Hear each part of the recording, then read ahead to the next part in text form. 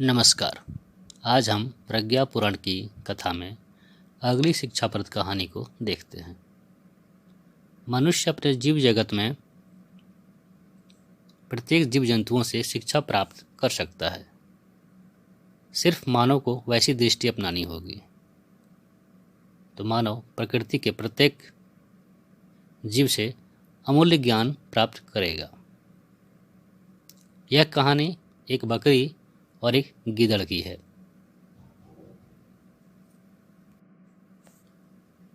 एक गिद्दड़ चलते चलते जंगल के गड्ढे में गिर गया। बहुत उछल कूद किया किंतु वह बाहर न निकल सका। अंत में हताश होकर सोचने लगा कि अब इसी गड्ढे में मेरा अंत हो जाना है। तभी एक बकरी की मिमियाने की आवाज़ गीदड़ ने सुनी। तत्काल ही गीदड़ की कुटिलता जाग उठी।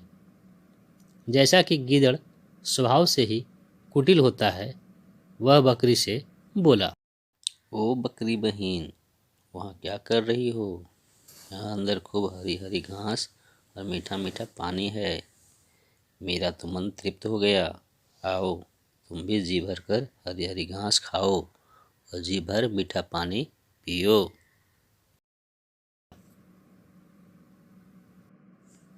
बकरी स्वभाव से भोली थी।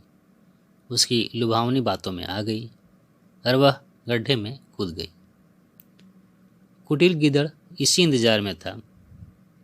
जैसे ही बकरी गड्ढे में कूदी, वह बकरी की पीठ पर चढ़कर गड्ढे से बाहर कूद गया और हंसकर बोला,